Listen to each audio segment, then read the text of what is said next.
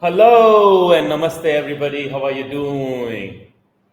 Welcome to NRI's second show. And I am so excited today here.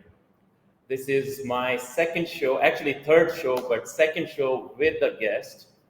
And I would be leaving tomorrow morning, coming back to US for some time. For some time. I'm not going to live there permanently, I know. Um, But today I have an amazing guest whom I'm going to invite in few minutes. But before that, I wanted to give you a little bit update what's going on, how are the things happening here in India. I am in Jaipur, which is in Rajasthan near Delhi. It is an amazing place. Very hot in India right now. Very, very hot. ACs are not working, forget about the coolers. Even my AC is broken. It's just very difficult to survive in this 46 degrees, very hot outside. And if you cannot live in a hot environment, don't even try to travel to India for next 1 month. It's very hot. So now I'm going to introduce you one of my friends, and his name is Dr. Pariksit Singh. He came to United States 31 years ago in 1993. And of course, he was a physician and he started his work. I know him for last 20 years because that's when I went there to United States. And his motivation, and whenever I see him, whenever I meet him, I always find him extremely passionate about Dharma, Vedas, Sanatan, India. We never had a business conversation, and I don't know why.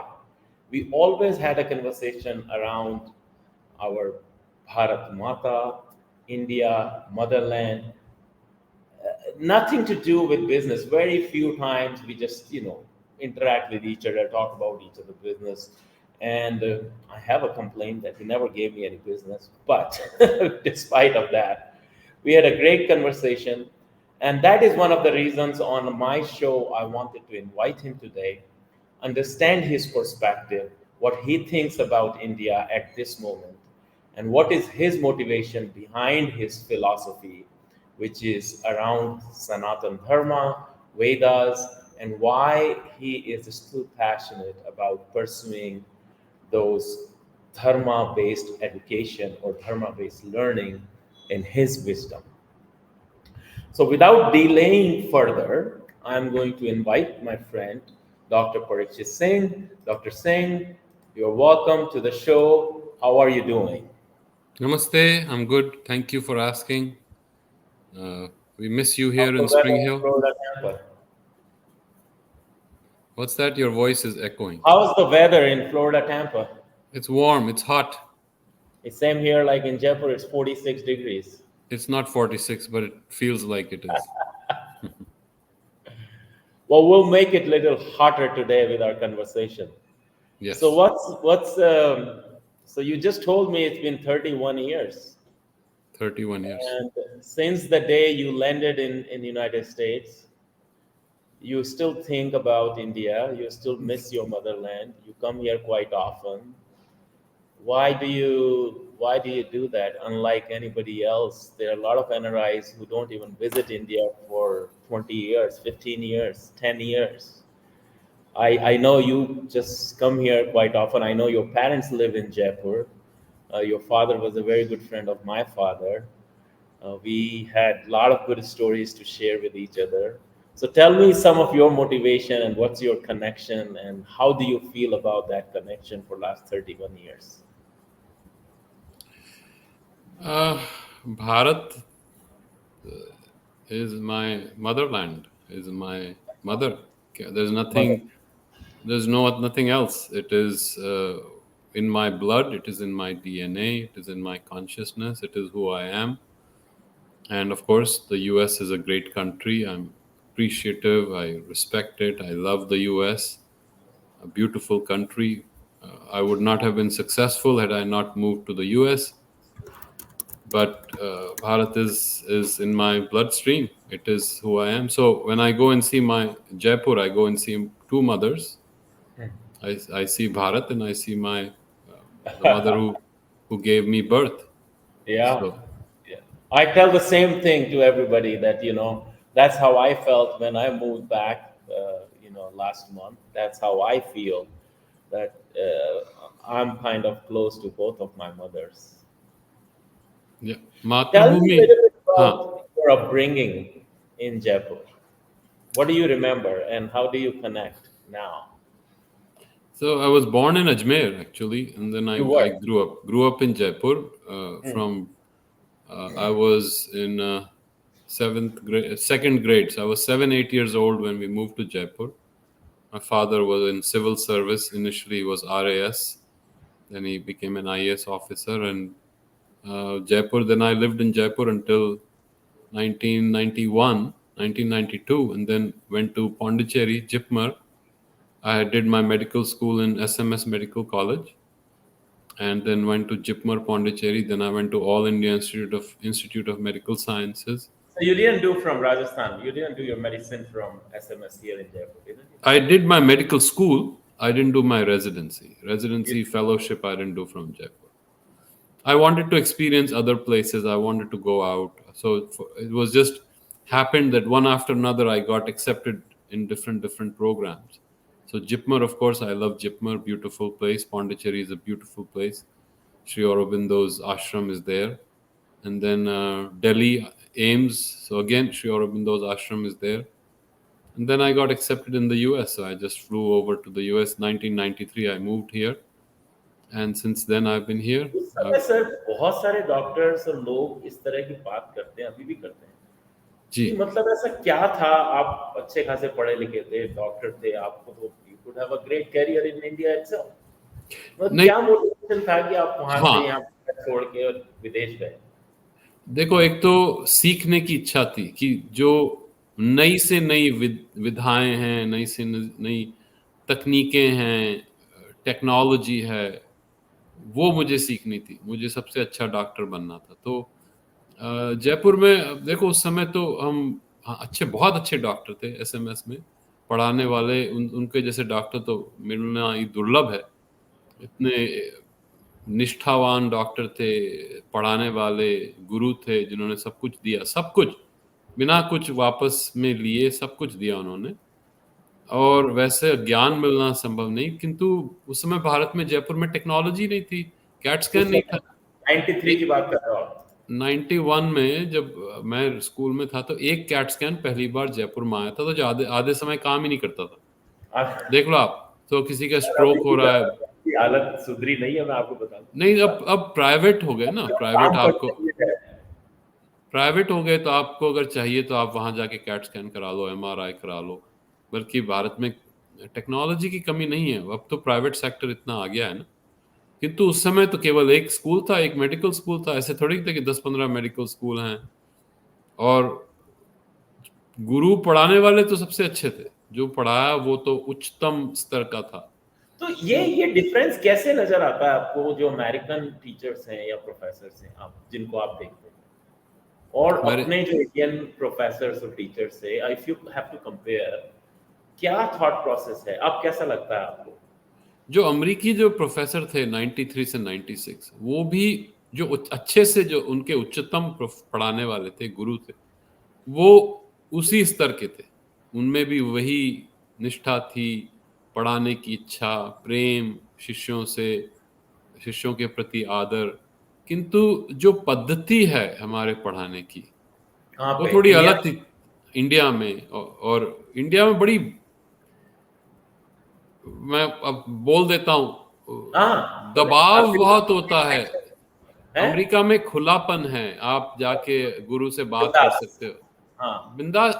नहीं, respect तो हमेशा था मुझ में teachers के साथ, पर एक खुलापन था। हमारा सिस्टम जो जयपुर में फ्रीडम की बात कर रहे हो आप, फ्रीडम ऑफ। फ्रीडम ही नहीं, और जो जो एग्जामिनेशन का जो जो तरीका था, वो बहुत बहुत दुखी देने वाला था, बहुत दुखदाई था वो। और एग्जामिनेशन मतलब जो आपके एग्जाम होते थे उस समय, जो टेस्टिंग जो होती थी वो बहुत हमारे यहाँ तो आप जानते हो, मतलब चलता था उस समय भी चलता था, सब घालम पे। सेटिंग बना लेते हैं लोग, जो पढ़ने में जिनको कुछ था नहीं वो सबसे ऊपर आते हैं, और वो गोल्ड डॉक्टर मेडल बन मिलते। जाते थे। डॉक्टर ही नहीं, गोल्ड मेडल मिलते थे उनको। तो सर हमारे ये जो मतलब बताइए, आप अब उस इंसान के हाथ में किसी की मतलब, और ये अभी भी सच चलता है सर, इसमें भाई, कुछ नहीं बदला। हाँ तो ये तो आप देखो, हम तो बिल्कुल अपरिपक्व थे, हमें तो कुछ पता ही नहीं था। तो पहली बार एक तो सदमा सा लगा कि जब पहला हमारा टेस्ट हुआ फिजियोलॉजी में, एनाटॉमी में, तो जो सबसे अच्छे पढ़ने वाले थे वो तो वो फेल हो गए थे।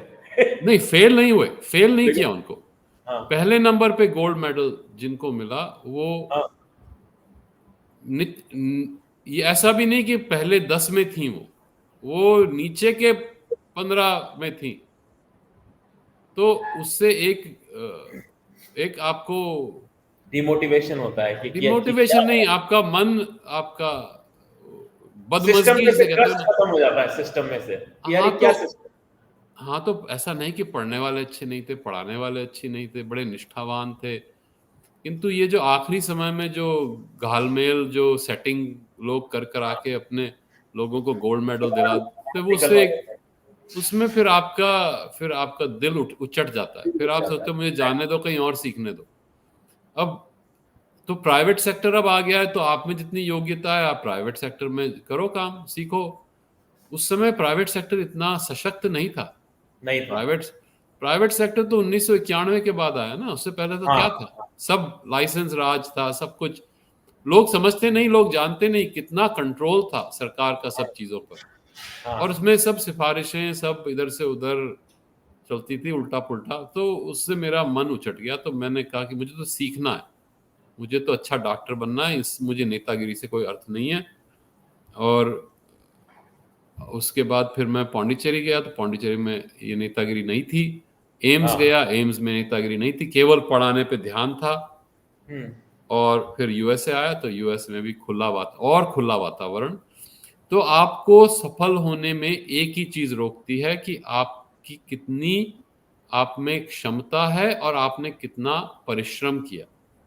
उद्यम जिसे कहते हो ना, यदि आप परिश्रम करोगे और आप सीखोगे, ज्ञान से भरोगे अपने आप को, तो आपको सफलता मिलेगी। उसमें कोई सिफारिश का काम नहीं है, चापलूसी करने की आवश्यकता नहीं है। यह एक चीज यदि हम भारतीय लोग त्याग दें, तो हम किसी को भी पीछे छोड़ सकते हैं। तो ये आपका ये पूरा इतने सालों से अपनी बात होती आ रही है, आपने कभी भी ये फ्रॉम मेडिसिन टू वेदास सनातन धर्म, ये कैसे आपका ये एकदम ये कैसे माइंड शिफ्ट हुआ, ये क्या हुआ एकदम से?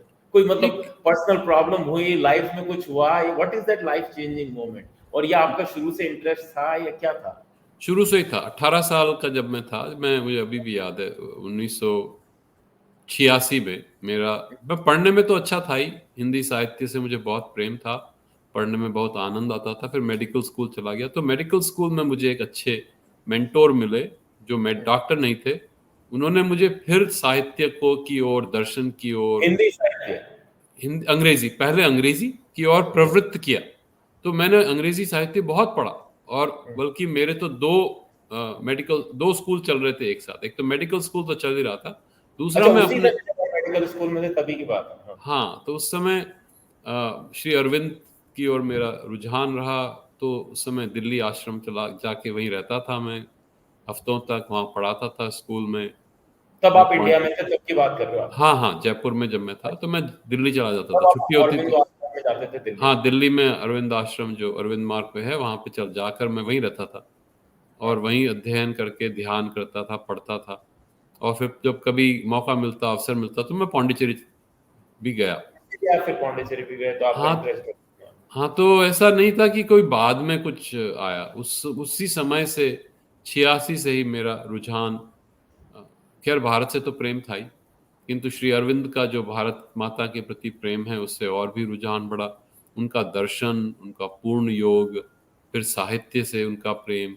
और उसके बाद अंग्रेजी, सब अंग्रेजी खूब पढ़ी मैंने।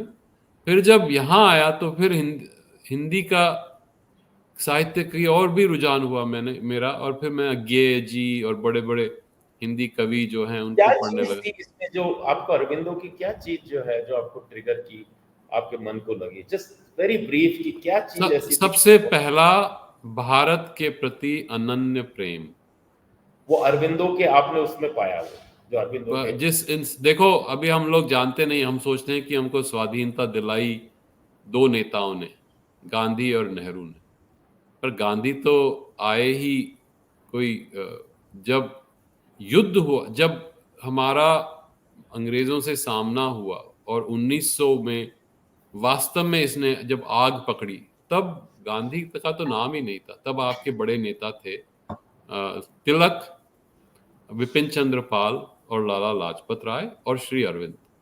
और पहली बार जिसने कहा कि हमें स्वाधीनता प्राप्त करनी है, अच्छा, और वो इस तरह से, पहली बार तो लोकमान्य तिलक ने कहा था ना कि हाँ, स्वाधीनता मेरा जन्मसिद्ध अधिकार है और मैं इसे लेके रहूंगा। और तिलक ने बहुत काम किया, महाराष्ट्र में जाने पहचाने थे उन्होंने ही। ये गणपति बापा मोरया जो आजकल अभी भी उत्सव होता है, उन्होंने सबको एकत्रित किया, उस समय उन्होंने ही किया था। शिवाजी महाराज का को जो सब जनमानस में फैलाना कि उन्होंने क्या किया। विपिन चंद्र पाल बंगाल में थे, किंतु जो इंटेलेक्ट है, जो इसके पीछे स्कॉलरली एबिलिटी, जो क्षमता है, वो श्री अरविंद से आई। उन्होंने अंग्रेजों की ही फिलॉसफीज को लेके बताया कि हमें स्वाधीन होना आवश्यक है, न केवल भारत के लिए बल्कि जगत के लिए, क्योंकि भारत में जो ज्ञान है वह अभूतपूर्व है, वह अप्रतिम है। और उस ज्ञान में उन्होंने गहरा अध्ययन किया, बहुत शोध की, उस आध्यात्म को अपने अंदर उसकी सिद्धि प्राप्त की, और फिर बताया, हम ही को ज्ञान दिया कि हम क्या हैं। देखो वेदों पे किसने लिखा, हम भूल चुके थे वेद क्या है। स्वामी दयानंद आए, उन्होंने कहा कि वेद में ये है, ऋग्वेद भाषा भाष्य।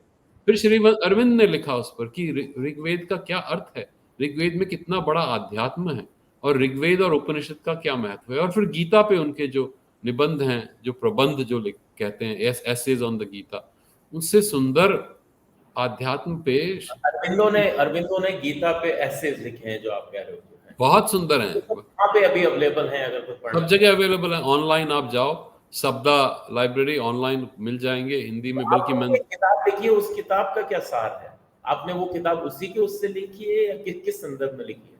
मैंने तो बहुत किताबें लिखी हैं, तो कौन सी किताब? जिसमें आपने अरविंदो के बारे में, अभी मैंने उसका यूट्यूब देखा था। हाँ, तो श्री अरबिंदो पे 2 किताबें मैंने लिखी हैं, Shri Aurobindo and the literary renaissance of India, हाँ, और the Indian literary renaissance. Renaissance से अर्थ है जागरण, नव जागरण, है ना। तो श्री अरविंद के आने से भारतीय साहित्य का नव जागरण हुआ, अच्छा, व्यापक स्तर पर। ऐसा नहीं था कि साहित्य नहीं था उनसे पहले, बंगाल में नव जागरण हो रहा था। बंकिम चंद्र चटर्जी, माइकल मधुसूदन दत्त, फिर टैगोर, स्वयं टैगोर। पर 1900 में आप देखो, 1800 से 1901 में कौन बड़े लेखक या कवि थे भारत में, कौन बड़े दार्शनिक थे? एक तो गालिब को दे सकते हो, जो, पर गालिब को उस समय दिल्ली से आगे कोई जानता नहीं था। गालिब को तो अब जानते हैं बॉलीवुड के कारण। तरीका भी अलग था गालिब का, वो भी बहुत ही अलग था। वो भाई जानता कौन था? नहीं जानते थे, अब जानते हैं, तब नहीं जानते थे। और फिर जब बंगाल में जो रेनेसांस आई, जो नव जागरण आया, वो शुरू हुआ माइकल मधुसूदन दत्त से, बंकिम चंद्र चटर्जी से। फिर यह केवल साहित्य में नहीं था, यह विभिन्न जैसे सामाजिक परिवर्तन थे। उससे पहले स्वामी विवेकानंद और श्री रामकृष्ण परमहंस थे, उनसे आध्यात्मिक जागृति उठी, किंतु केवल बंगाल में सीमित थी। उसको व्यापक करना, उसको इंटेलेक्चुअल हेफ्ट, इंटेलेक्चुअल पावर देना, वो श्री अरविंद ने दिया था। तो 1905 में जब बंगाल का बंटवारा अभी हुआ, अब आज के भारत में उसका क्या रेफरेंस है? मतलब मेरे को ये बताइए, बहुत बड़ा करते हैं आज के, जब अब हम 100 साल हो गए उस चीज को, आप उसको अभी कैसे, मतलब how do you connect it? Why आज का जो स्टूडेंट है या पीपल लाइक मी या कोई भी नए, हम क्यों पढ़ें उसको? क्या रिलेवेंस है उसकी? क्यों पढ़ें? आप पढ़ें ही क्यों? जीवन में क्यों कुछ पढ़ें? नहीं, यदि अपने पढ़े, लेकिन क्वेश्चन ये है कि भाई पहले समझना, यदि आप यह जानना चाहते हो कि भारत क्या है, तो किससे जानोगे? राजनीतिक दलों से जानोगे? आपके जो कम्युनिस्ट विचारधारा वाले हैं उनसे जानोगे? उनको भारत में कोई रुचि नहीं है। सर उनके बारे में बात करते हैं थोड़ा, तो अभी आपको रुको क्या रुको ख्याल रुको है? रुको रुको रुको रुको हम्म, किन से जानोगे? जानोगे उनसे जो भारत की आत्मा को छू चुके हैं, जिन्होंने भारत के सत्य को, भारत के दर्शन को, जो आज नहीं आरंभ हुआ, जो 6000 7000 8000 सालों से चल रहा है, जो अभी तक जीवंत है, जो अभी तक जिसमें क्षमता है, उन्होंने जिसको छुआ, तो आप सीखोगे किससे भारत के बारे में? क्या आप सीखोगे किसी टुच्चे सामाजिक कोई कमेंटेटर से, या आप स्वामी विवेकानंद से सीखोगे, श्री आप रामकृष्ण से सीखोगे, या आप श्री अरविंद से सीखोगे, जिन्होंने उस आध्यात्म को पूरी तरह अपने में समाहित किया, आत्मसात किया। है ना? तो जब आप समझोगे भारत क्या है, तभी तो आप भारत का उत्थान कर सकोगे। आप जाके किसी से मित्र से मिलते हो, आप जानते ही नहीं हो वो कौन है, उसको क्या चाहिए, तो आप उसकी क्या सहायता करोगे? तो भारत तो हमारी माँ है, और हमारी माँ को ही हम नहीं जानते। हमारी शिक्षा प्रणाली को एकदम तहस नहस कर दिया गया।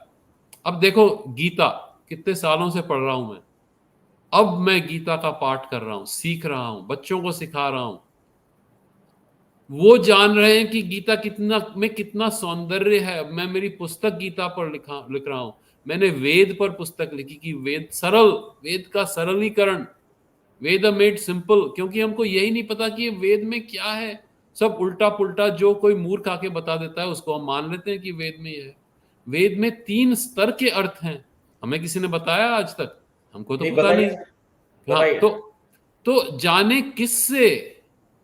तो जिसने उस आत्मा को जीवंत किया, अपने में जिया, जिसने उसको प्रकट किया, उसी से तो सीखोगे। तो आज महत्व क्या है? आज the idea of India comes. हमारे महान नेता लोग कहते हैं आइडिया ऑफ इंडिया। क्या है आइडिया ऑफ इंडिया साहब? आपने कभी आइडिया, आप भारत का अनुभव क्या है? भारत ने क्या प्राप्त किया 6000 साल पहले जो आज भी आवश्यक है, जिससे जो सभी पंथ, चाहे अब्राहिमिक पंथ हो, चाहे कन्फ्यूजनिज्म हो, चाहे बुद्धिज्म हो, वे उसी का ज्ञान लेकर उन्होंने अपने आप को बढ़ाया। जो आप मॉडर्न सिविलाइजेशन, लिंग्विस्टिक्स की बात करते हो, सबसे बड़ा लिंग्विस्टिक्स पे, ग्रामर पे किसने लिखा? पाणिनि ने अष्टाध्यायी में।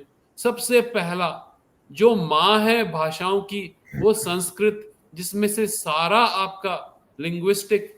अब लोग यहाँ पे वेस्टर्न यूनिवर्सिटीज में उसको, संस्कृत को पढ़ के सीखना चाह रहे हैं। हमको कितना लिंग्विस्टिक्स आई संस्कृत की। पहली भाषा जिसका आज भी, जो हमें मालूम है हम किस तरह उच्चारण कर सकते हैं, उतने सालों पहले वो आज भी कौन है? संस्कृत है।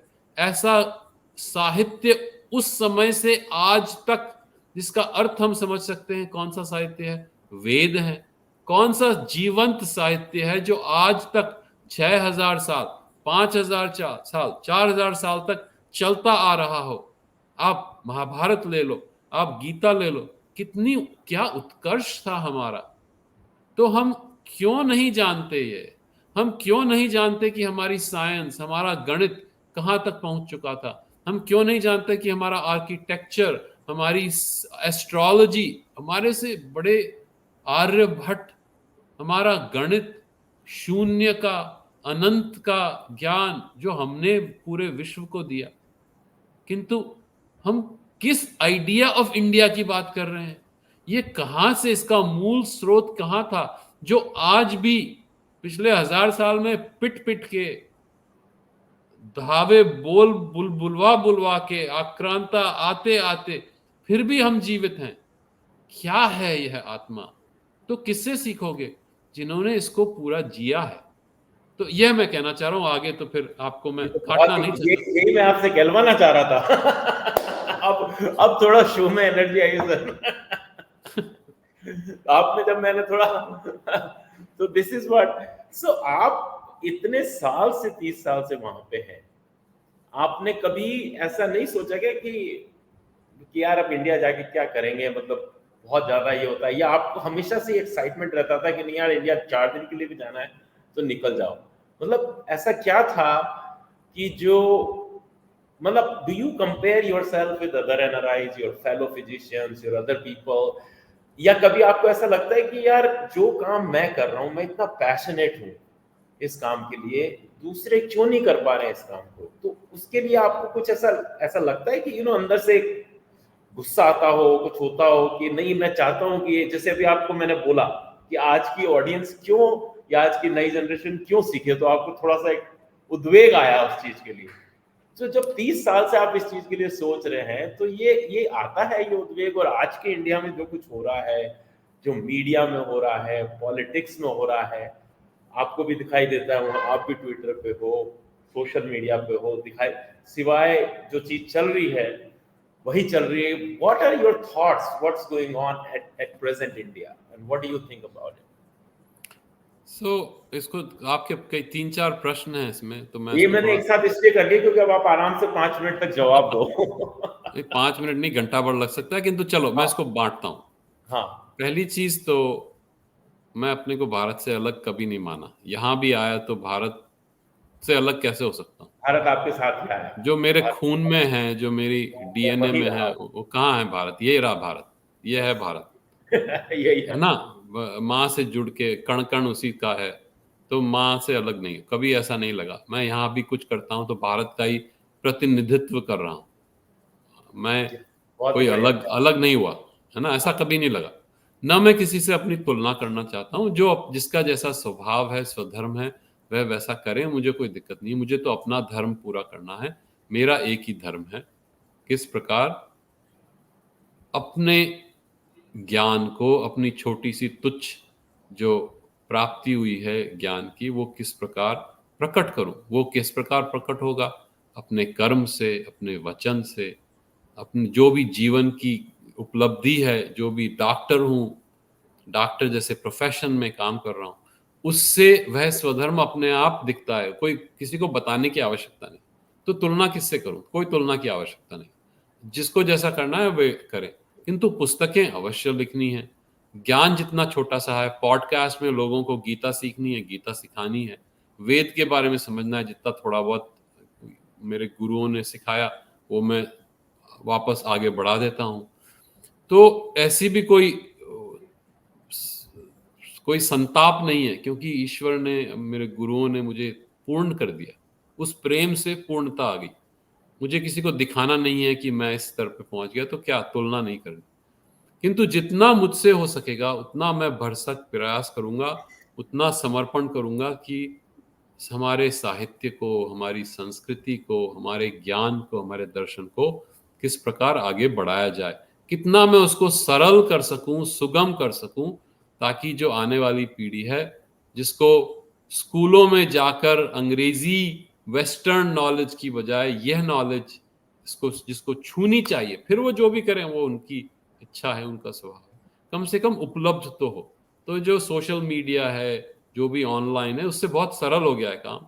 ठीक है, अभी कोई नहीं पढ़े नहीं सुने, तो कभी 50 साल बाद किसी बच्चे ने अगर सुना और उसको ज्ञान आया और उसने इसमें अपनी राह ढूंढी और नया उसने अध्यात्म उसने फैलाया नए प्रकार से, तो ये उसमें तो मुझे कोई आसक्ति नहीं कि फल क्या आता है। मुझे तो मेरा कर्म करना है, पूरे दिल जान से करूंगा, अपने आप को पूरा डुबो दूंगा अभी इसमें। आप वहाँ कुछ कर रहे हैं ना, वहाँ पे आपकी एक ऑर्गेनाइजेशन है, क्या नाम है उसका?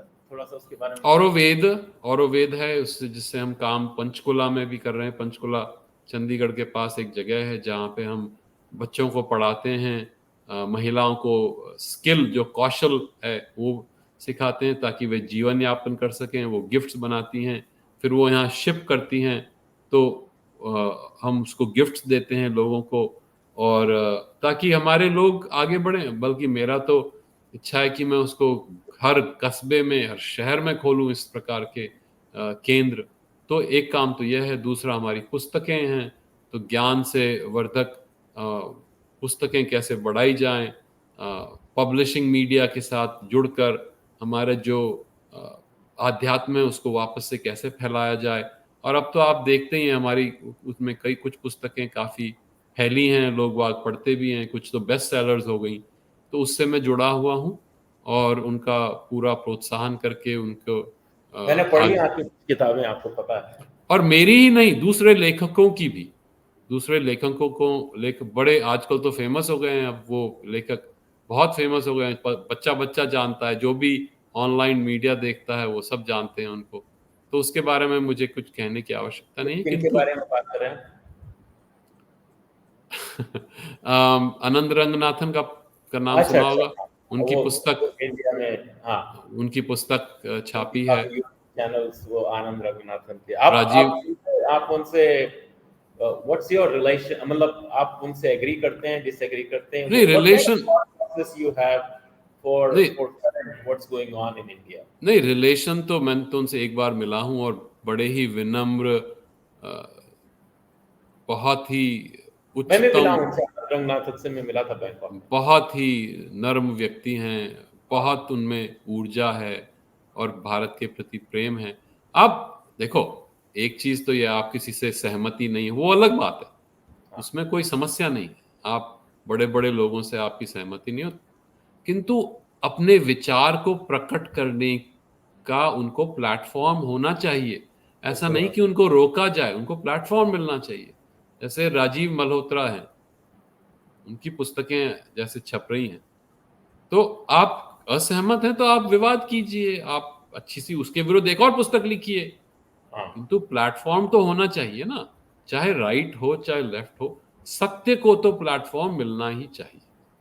तो यह हमारा, समस्या क्या है सर कि यहाँ पे अब सबका सत्य अपना अपना है, और अभी तो इतना पोलराइजेशन हो गया है इंडिया में कि लगता है कि मतलब सुबह अखबार खोलो तो हर तरह की न्यूज आती है, मीडिया पे देखो तो हर तरह की न्यूज आती है, और कुल मिला के जब देखते हैं तो कम से कम एनआरआई लेंस से जब कोई चीज देखते हैं तो बड़ी हंसी आती है, तो लगता है क्या चल रहा है। सो तो सत्य, सत्य कभी अपना अपना नहीं होता। हमारे अच्छा, आध्यात्म में सत्य सत्य है।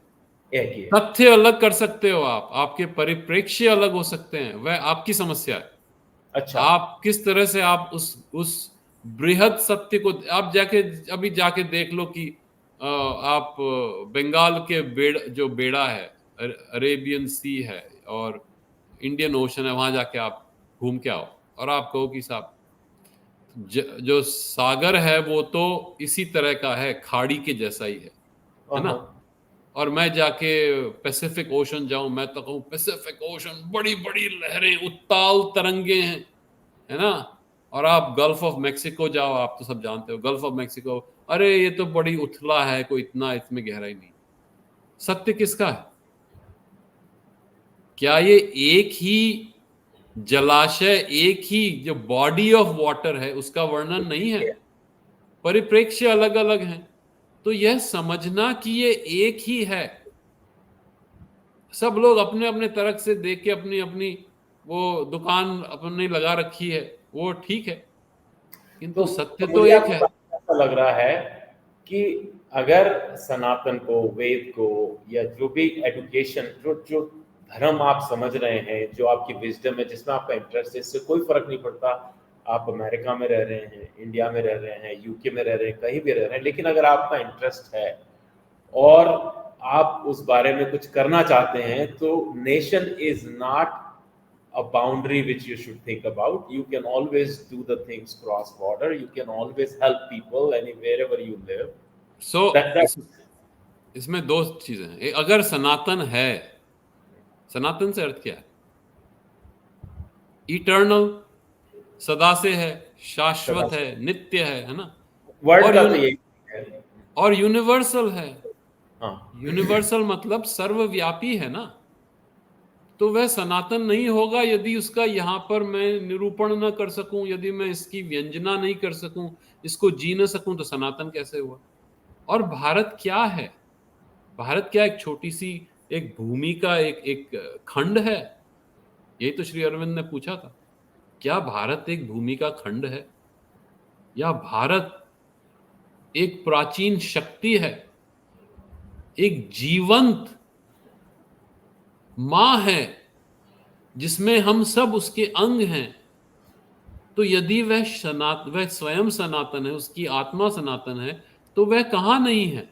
वो तो अमेरिका में भी मुझे मुझे अभी मैं पुस्तकें पढ़ रहा हूँ तो अमेरिका में, तो यहाँ मैं देखो गीता आज यहीं पढ़ रहा हूँ मैं, तो ये रही सत्यव्रत सिद्धांत अलंकार जी की गीता यहाँ पर है। तो यहाँ आप कहोगे कि भारत यहाँ नहीं है, भारत तो मेरे पास है ना, तो मेरे कमरे में यही भारत है। तो यदि हम भारत को पूर्णतया जीवंत रूप से समझें तो जो आपस में बंटवारे कर रखे हैं हमने, वे वास्तव में चले जाएंगे। हम क्या बैंडेड्स लगाते हैं ऊपर, बैंडेड, अच्छा अच्छा मिल लो, भाईचारा है। भाईचारा काय का भाईचारा है? हम कौन हैं यह जानना सबसे पहले आवश्यक है, उसको पूरी तरह से जी लेना आवश्यक है। तभी तो वास्तव में जो सौहार्द आएगा, किस स्तर पे हम मिलते हैं वह आएगा। हम भारत की किस तरह सेवा कर सकते हैं, हम भारत को कैसे सशक्त कर सकते हैं, हमारी संस्कृति, हमारा साहित्य, हमारी भाषाएं हम किस तरह आगे बढ़ा सकते हैं, उसी से तो उस सनातन भारत शक्ति का आगे व्यापक प्रसार होगा। तो मैं तो यही समझता हूं। आप इंडियन पॉलिटिक्स फॉलो करते हैं, मुझे पता है आप करते हैं, आपका इंटरेस्ट है। क्या क्या सोचते हैं आप इस बारे में? अभी अभी आज के परिप्रेक्ष्य में क्या सोचते हैं? और मैं इसको एक और चीज, आप 30 साल से वहां है, यूएस पॉलिटिक्स भी आपने क्लोजली देखी है, तो दोनों के बारे में थोड़ा थोड़ा बात करें और बताएं कि क्या मतलब डिफरेंस नजर आता है, बहुत ज्यादा डिफरेंस नजर आता है, या what do you think we can improve by 2047? मतलब where the things we all know कि इंडियन पॉलिटिक्स इज डर्टी, बहुत सारी चीजें हैं, चीजें ठीक नहीं है, अच्छी हैं, बुरी हैं, वो सब है, लेकिन आगे कैसे बढ़े? सो भारत में 30 वर्ष में बहुत, मैं तो बहुत जब छोटा सा था, जब अपने पिताजी को सुनता था, क्योंकि वो तो एक पूरे कट्टर कांग्रेसी थे शुरू से अंत तक कट्टर कांग्रेसी रहे। और उन्होंने बहुत कुछ किया लोगों के लिए, सीधे सपाट साफ दिल से लोगों का बहुत भला किया, कभी रिश्वत न ली। मैं तो देखा उनको, गरीब, पैसा नहीं था उनके पास, किंतु हृदय बहुत बड़ा था। सब जो भी कोई जिसकी भी सहायता कर सकते थे वे हमेशा करते थे। तो मैंने वे आदर्श देखे हैं। मेरे नाना स्वतंत्रता सेनानी थे, जो राजस्थान के पहले गृह मंत्री थे। अच्छा, पहले गृह मंत्री, किंतु अपने लिए उन्होंने कुछ नहीं बनाया, अपने लिए कोई बहुत बड़े राजमहल या कुछ खड़े नहीं किए। और मैं कह सकता हूं कि मुझे फिर से पूरी जो आप स्ट्रगल करते हो, जो आपको अपने का आपको ऊपर उठाना है, मुझे करना पड़ा। वैसा कोई पैसा नहीं मिला और वो ठीक है, उसमें कोई समस्या नहीं है। अब जो राजनीति है, राजनीति व्यवसाय है, किंतु कुछ लोगों के लिए इतनी गंदगी के बाद भी भारत के लिए अनन्य प्रेम है, वह झलकता है। और वे जिस पार्टी में हो वो अलग बात है, वह प्रेम झलकता है और वो कुछ सही करना चाहते हैं भारत के लिए। आप उनसे सहमत हो नहीं सहमत हो, वो अलग है। You like 4-5 names you like. You like from the last 47 10 years, years, 75 years. do you think they are doing the right thing for India? 100% नहीं, पर they are doing some right things. Whatever is their effort, they are putting their best effort. They are putting their best effort. तो सब, खैर मेरे पिताजी तो चले गए तो उनका नाम तो मैं नहीं ले सकता। मैं कहूँगा मोदी जी ने कुछ बहुत अच्छी चीज़ें की हैं। मेरे विचार से गडकरी जी ने बहुत अच्छी चीज़ें की हैं। हमारे जो अब एक्सटर्नल अफेयर्स के मिनिस्टर हैं, क्या नाम, जयशंकर, शायद जयशंकर जी, उन्होंने बहुत अच्छा काम किया है। और कौन से जिन्होंने उत्कृष्ट, whom you think he could be a good choice or good politician, but जिनको कभी पॉलिटिक्स राजनैतिक दृष्टि से नहीं, जिन्होंने हृदय से काम किया हो राष्ट्र के लिए। मैं तो ज्यादा अधिक जानता नहीं, बाहर से ही देखता हूँ। मेरे पिताजी ने बहुत काम किया, बहुत अपना जी लगाकर राष्ट्र के लिए किया। मेरे नाना जी ने अपना जी लगाकर राष्ट्र के लिए किया। नहीं, आज की डेट में अगर हम देखें, those who are doing so these are the people whom you think some of their, मैं ये नहीं कह रहा कि उनको वोट दो, वो अलग बात है। नहीं, जो अच्छा काम किया है, जो मुझे दिखता है मेरी समझ से, दूर से वो मुझे लगता है कि उन्होंने बहुत अच्छा, कुछ चीज़ों में बहुत कुछ अच्छा चीज। काम किया है। कुछ चीज़ों में अच्छा कर सकते हैं, वो तो खैर हर एक मनुष्य की अपनी सीमाएँ होती हैं, किंतु कुछ-कुछ अच्छा काम किया है इन्होंने। आप वह तो हेल्थ केयर, मानता हूँ। आपने इतने साल से हेल्थ केयर देखी है यूएस की, और एक वर्ल्ड की। और एक और नाम एक और हाँ नाम दे देता हूँ, एक और नाम, पीवी नरसिम्हा राव ने बहुत अच्छा काम किया था। हाँ, आई एग्री 1991 ऑन में दैट। कम से कम उन्होंने, मनमोहन सिंह जी को लाके उन्होंने बहुत बढ़िया काम किया था जब और इंडिया ओपन किया था। और उस समय मनमोहन सिंह जी ने भी बहुत अच्छा काम किया बहुत था। अच्छा काम किया था उस यह समय। मान उस समय 91 से 96 तक बहुत अच्छा इन्होंने काम। अच्छा काम किया। इसको हमें हमेशा सत्य को मान लेना चाहिए, मेरे विचार से तो। मुझे बिल्कुल इसमें सही। राजनीतिक कोई वो कुछ सर, इच्छा ये नहीं है। आपने इतना हेल्थ केयर को देखा है, यूएस की जी, हेल्थ केयर जी। 35 साल में, मतलब भारत भी अगर आपके ब्लड में था तो ब्लड में आपके हेल्थ केयर भी था, है ना, पेशेंट केयर। और आप इंडिया की हेल्थ केयर देखते हैं, अभी भी देखते हैं जब भी जाते हैं, क्या लगता है आपको? मतलब मन से बताइए, आपका मन दुखी नहीं होता? मेरा तो होता है दुखी। मेरा मैं तो मन ऑनेस्टली बताता हूँ, दोनों दोनों राष्ट्रों में जो हो रहा है चिकित्सा के क्षेत्र में, वह बहुत दुखी है दुखजनक ना। बात है, दुखजनक बात है। और समस्याएं हैं हमारे राष्ट्र में, जो जहां से आयुर्वेद निकला, जहां से जीवन का, प्राण का जो ज्ञान निकला, योग निकला, पूरे सिस्टमैटिक, पूरे व्यवस्थाएं हैं, प्रयोजन योजनाएं हैं, पूरे आपको पूरा स्वास्थ्य की समझ आई, वो आजकल कहाँ है? बहुत कम है। और हम मेडिसिन को केवल एक प्रोफेशन में बदल चुके हैं, और न केवल अमेरिका में बल्कि भारत में भी केवल पैसे का खेल हो गया है। और बहुत चीज़ें की जाती हैं बहुत सारे इंस्टीट्यूशंस में जो मेडिकल नेसेसिटी जिनकी नहीं है, जिसको मैं भी अब डॉक्टर होते हुए कह सकता हूँ कि इसकी आवश्यकता नहीं है। हाँ। मैं स्वयं यदि किसी को आयुर्वेद से, होम्योपैथी से, अ, योग से किसी को सहायता मिले, तो मैं उसको उस विधा को जबकि का खुद प्रयोग एलोपैथिक। करने का प्रयास करता हूँ। हाँ, और जबकि आप और खुद एलोपैथिक डॉक्टर हैं मैं अमेरिका में। एलोपैथिक डॉक्टर हूँ, किंतु हर एक का अपना सत्य है, हर एक की। आयुर्वेद में बहुत ज्ञान है आपको स्वस्थ करने में, होम्योपैथी में, योग में, इनसे तो जीवन भर मैंने इसका अपने आप स्वयं के जीवन में अपना इनको समाहित करने का प्रयास किया। तो वो कोई थियोरेटिकल बात नहीं है मेरे लिए, व्यावहारिक बात है। नहीं, मैं बात कर रहा हूँ सर, जो एलोपैथिक मेडिसिन का जो सिस्टम इंडिया में है, आप you know what exactly I mean, हाँ, उसको फिक्स करने का क्या तरीका है सर? आपने तो बहुत इसमें काम किया है, what do you think, how बहुत इट गहरा, कैन इट बी बहुत। फिक्स्ड 2047? इट जब has India to be develop किया फिक्स्ड। अगर है। उसको हम नहीं सुलझा पाए, दो चीजें सुलझानी है हमें, हाँ, शिक्षा और और स्वास्थ्य। स्वास्थ्य। बाकी सब ठीक है, मैं बाकी सबसे, आप इंफ्रास्ट्रक्चर बना रहे हो जम के बनाओ, बहुत हाँ, अच्छा। आप सड़कें बना रहे हो, बहुत अच्छा। आप पोर्ट खोल रहे हो, एयरपोर्ट बना रहे हो, आप यूपीआई दे रहे हो, आप सबको आप इन्वॉल्व कर रहे हो, आप जो भी आप नई नई चीजें, भारत की जो सुरक्षा है उसके लिए सब कुछ भारत में बन रहा है, बहुत अच्छा। आप नए बिजनेस ला रहे हो, बहुत अच्छा। आप हम अब सशक्त होके आगे जो भी भारत के लिए सही है वो कर रहे हो, बहुत अच्छा। कोई समस्या नहीं। किंतु हम दो चीजें यदि हम भूल गए, तो 2047 तक हम विकसित राष्ट्र तो क्या, हम बहुत जो भी हमने प्राप्त किया वो हम सब खो सकते हैं, यदि हम हमारे युवाओं को शिक्षा की एक उच्चतम शिक्षा न दें, सोचने की क्षमता न दें।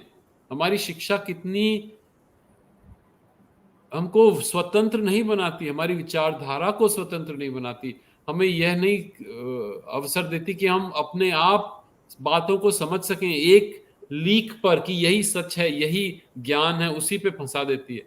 वह शिक्षा बहुत कमजोर है, प्रैक्टिकल बिल्कुल नहीं है। हमारे लोग आईआईटी से आते हैं, कोडिंग नहीं आती, हमें तो काम करते हैं ना, हमारे बिजनेसेस हैं इंडिया में, हम बच्चों, बैंगलोर में है, नोएडा में है, बच्चे काम करते हैं हमारे लिए।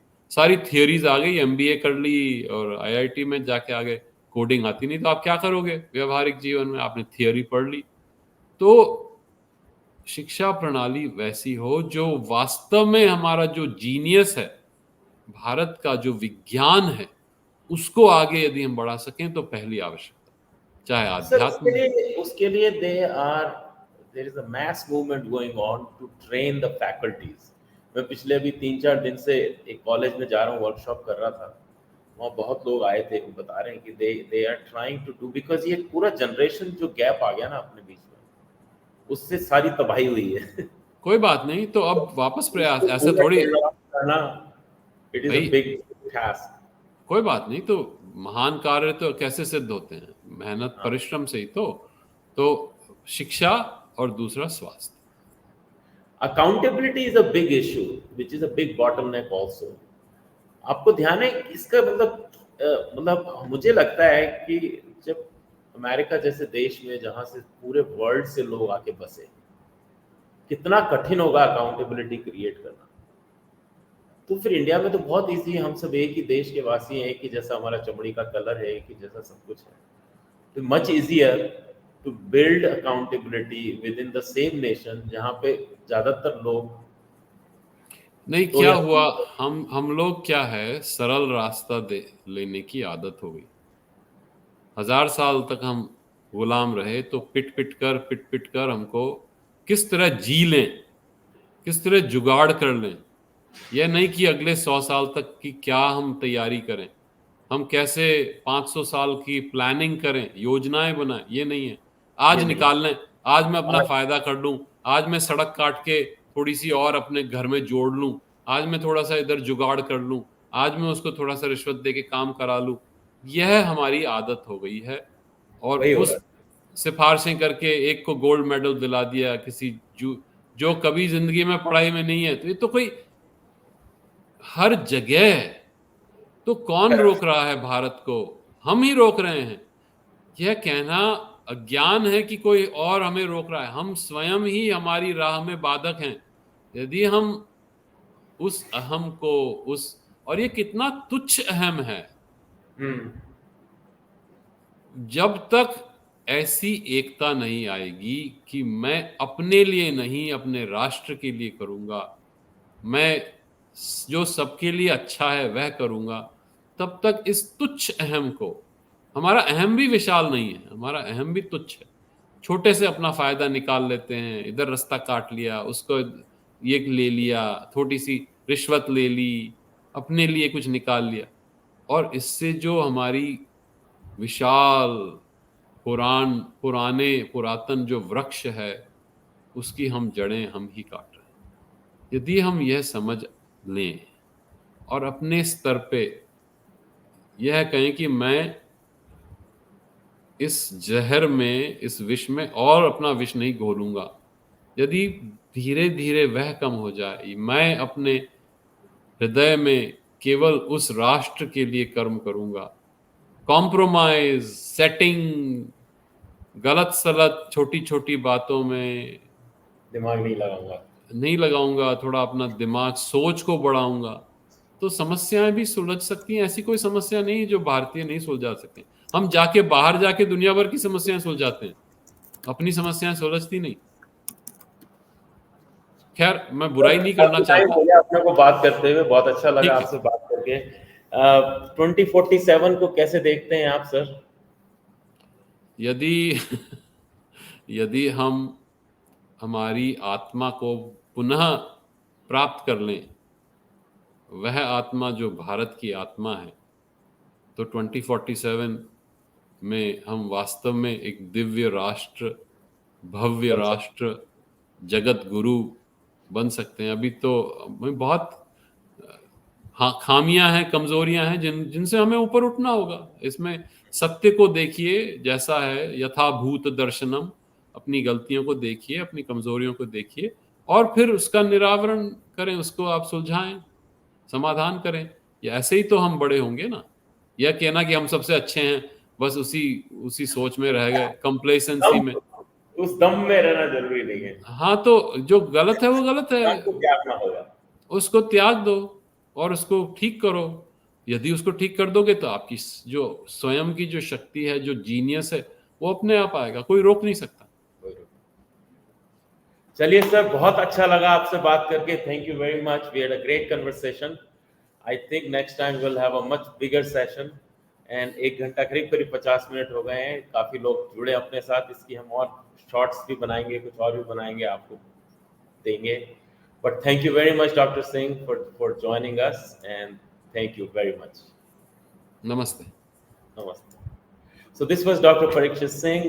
Please stay tuned. Next show would be on 20th of this month, and we will invite somebody really, really amazing NRI, and we will know his wisdom, his opinions about India, their motivation behind thinking constantly about India. That was the whole purpose of this show. Thank you very much. It was fantastic. So we will have more sessions like this. Thank you, Shaji. Thank you very much. Very good that you attended it. I will be in Champa soon, and I'll see you guys again. Thank you.